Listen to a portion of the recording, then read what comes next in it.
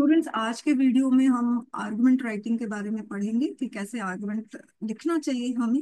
Okay. तो इसका basic information है, आर्गुमेंट्स दो अटेम्प्ट करना है, कोई चॉइस नहीं रहेगा। और एक आर्गुमेंट का 20 मार्क्स रहेगा। और इंग्लिश में लिखना है आप लोगों को। सिर्फ पूरे एंटायर जो क्वेश्चंस है उसमें बस सिर्फ ऐसे एक ऐसा है जो इंग्लिश और हिंदी दोनों में लिख सकते हो, वरना एंटायर पेपर को आपको इंग्लिश में ही अटेम्प्ट करना है। आर्गुमेंट 300 वर्ड्स का है। अब इसमें भी प्रॉब्लम क्या है स्टूडेंट्स, कि कहीं पर लिखा हुआ नहीं है। इंस्ट्रक्शन पढ़िए आर्गुमेंट का। Right arguments for and against each of the following statements. तो कहीं पे लिखा हुआ नहीं है राइट आर्गुमेंट्स इन 300 वर्ड्स, कहीं पे भी नहीं लिखा हुआ है। ठीक है। तो हम कैसे बोल सकते हैं कि हमें 300 वर्ड्स में लिखना है। देखिए स्टूडेंट्स, ऐसे एक ऐसे 20 मार्क्स का है, राइट। इसको 300 वर्ड्स में लिखना है। और एक आर्गुमेंट भी 20 मार्क्स का है, तो हम सोच सकते हैं भाई इसको भी 300 वर्ड्स में लिखना है। सेम लॉजिक है ना। तो ये लॉजिक अप्लाई करके हमने अपने आप को सीमा में बांध दिया है कि हमें 300 वर्ड्स में लिखना है। अब स्टूडेंट्स, कोई कोई टीचर है जो यूट्यूब में बोलते हैं कि ना, आर्गुमेंट में कोई वर्ड सीमा नहीं है तो आप लोग कितना भी लिख सकते हो।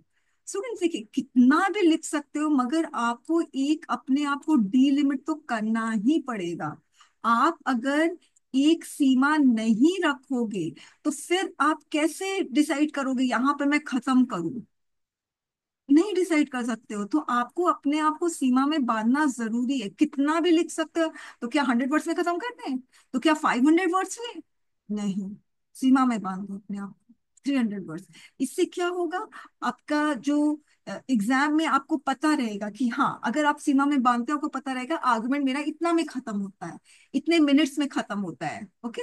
मगर अगर आप अपने आप को डी लिमिट नहीं करोगे तो आपको पता ही नहीं रहेगा कि कितने में खत्म हुआ, कितना टाइम लगेगा मुझे आर्गुमेंट्स में।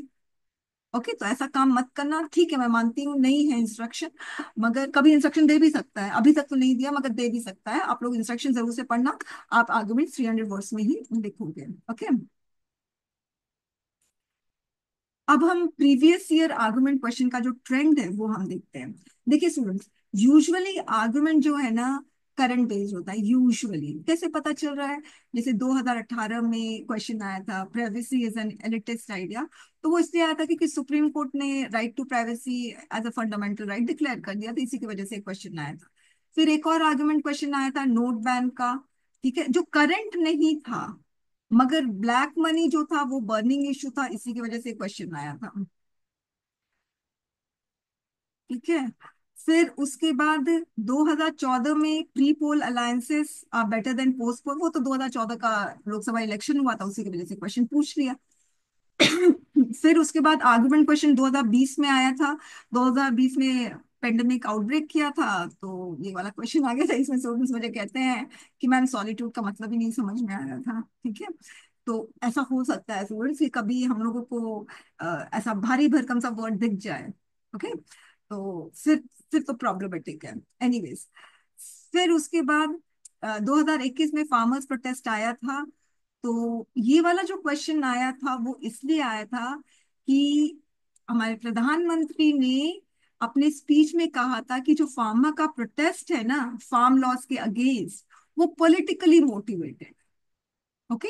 इसी की वजह से ये क्वेश्चन एकदम ज्यों का त्यों यूपीएससी ने पूछ लिया, ज्यों का त्यों। फिर 2022 में यूनाइटेड नेशन यूएनओ जो है वो रिडंडेंट है। उस समय तो मैंने भी ये क्वेश्चन पूछा था, 2022 के लिए मैंने भी यूएनओ का के बारे में क्वेश्चन पूछा था। ये आपको मिल भी जाएगा बुक में।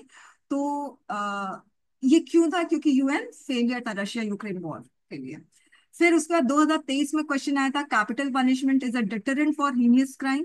वो सुप्रीम कोर्ट का जो स्टेटमेंट आया था, डेथ पेनाल्टी अनकॉन्स्टिट्यूशनल इसके। तो सुप्रीम कोर्ट का डिक्लेरेशन या सुप्रीम कोर्ट का वर्डिक्ट अभी बहुत अच्छा अच्छा आया है, आप लोगों को पता होगा। गवर्नेंस से कनेक्टेड आया है। दूसरा वर्डिक्ट अब आने वाला है, पूरा अच्छे से अभी नहीं आया। वक्त अमेंडमेंट पर वर्डिक्ट आया है, आया नहीं है पूरा का पूरा, अभी कुछ हुआ नहीं है, मगर जब आएगा फाइनली। ओके। तो सुप्रीम कोर्ट क्या डिसीजन लेता है उस पर भी आर्गुमेंट क्वेश्चन पूछ लेते हैं। जनरल इशू, तो 2019 में ना जो क्वेश्चन आया था वो बहुत जनरल था। और 2016-15 में वो भी जनरल इशू में था। 2017 में आया था the youth in India getting addicted to Android mobiles, ये भी बहुत जनरल था। 2022 में आया था video game sharpen the mind, ये भी बहुत जनरल क्वेश्चन था। ठीक है, तो जनरल पे भी आते हैं मगर करंट पे थोड़ा ज्यादा ही आते हैं। बर्निंग इशू पे भी क्वेश्चन आते हैं। तो बर्निंग इशू पता है क्या होता है? इन्वायरमेंट। कोई ना कोई क्वेश्चन आपको इन्वायरमेंट पे मिलेगा ही मिलेगा, और ये हमेशा बर्निंग रहेगा, क्योंकि इन्वायरमेंट प्रॉब्लम जो है ना वो कभी सॉल्व नहीं होने वाली है। स्टूडेंट्स ये बढ़ने ही वाली है, क्योंकि आजकल का जो जनरेशन है, जो जेनजीज है, जो जेन अल्फा होने वाले हैं, मैं कह रही हूँ वो लोग, मैं जो देख रही हूँ, मैं अपना ओपिनियन बता रही हूँ, ये Gen Zs they are more inclined towards fashion, more inclined towards Insta reels, YouTube shorts. मैं अगर होंगे ऐसे यूथ जो वाकई में काम कर रहे हैं, वो बहुत अ, छोटे मात्रा में होंगे, बहुत कम, 10-20%। मगर आजकल जितने भी जेंजी था, they are more worried about likes, validation, कितने लाइक्स मिल रहे हैं, कितने व्यूज मिल रहे हैं, और वो ही एक सक्सेस का क्राइटेरिया बन गया है उनके लिए। ठीक है, तो इन्वायरमेंट की प्रॉब्लम्स को कौन सॉल्व करेगा? ये तो अभी प्रेजेंट जनरेशन है वो करेंगे, आगे वाले करेंगे। आगे वाले का तो समझ ही नहीं आ रहा है मेरे को। और एक जेंजीज में मैंने क्या देखा है, मैं अपने, मेरे यहाँ पर जो मेरे नेफ्यू नीस है, दे आर मोर, मतलब इंटरनली सेंटर्ड है। इंटरनली सेंटर्ड का मतलब है कि अपने में ही, मेरे को ये करना है, मेरे को ये करना है, ओके, मुझे, मैं, ये चीज बहुत ज्यादा है, मैं अपने घर में भी देखती हूँ।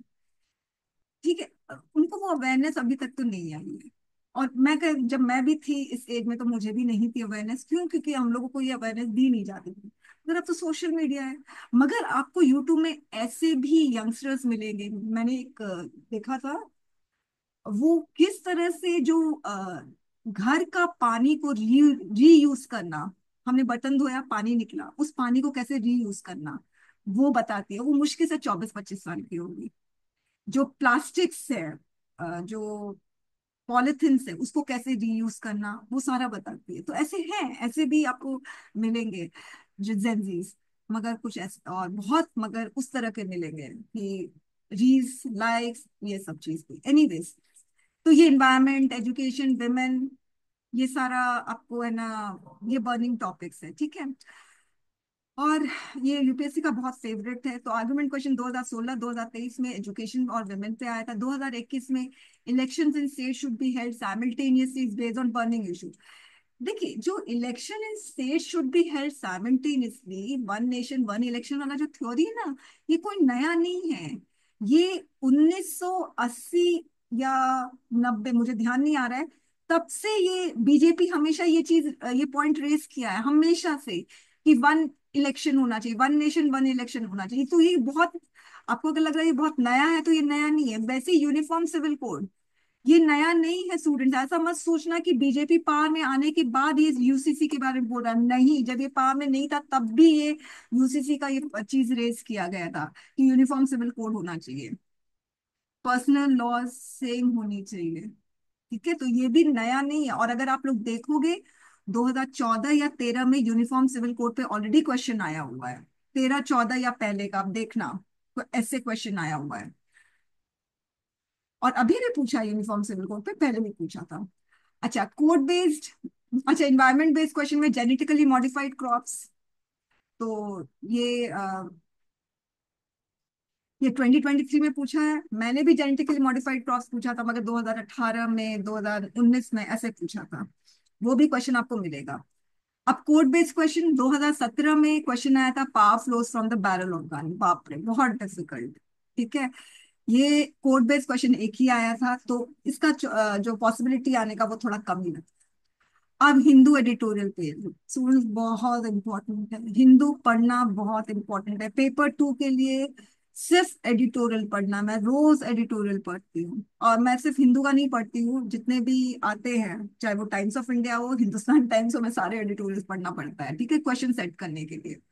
मगर आप लोग कम से कम हिंदू एडिटोरियल या इंडियन एक्सप्रेस जरूर से पढ़िए। अब हिंदू एडिटोरियल में ये क्वेश्चन आया था political awareness among the social elite is inconsequential, ये क्वेश्चन आया था।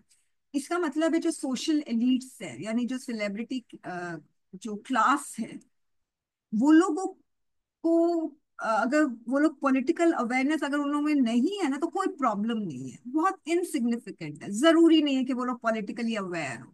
ओके, ये आर्गुमेंट क्वेश्चन 2020 में आया था। ठीक है, अब ये आर्गुमेंट क्वेश्चन कहाँ से लिया गया है? हिंदू का फ्राइडे एडिटोरियल पेज से लिया गया है, 17 जनवरी। और हेडलाइन से लिया गया है, हेडलाइन था should celebrities avoid political activism. और ये क्वेश्चन मैंने भी दिया था, मगर मैंने क्या किया, मैंने कुछ मॉडिफिकेशन नहीं किया, मैंने सीधे से लिखा celebrities should avoid political activism, इस तरह से मैंने ये क्वेश्चन दिया था। ओके, अब मैं आपको दिखाती हूँ।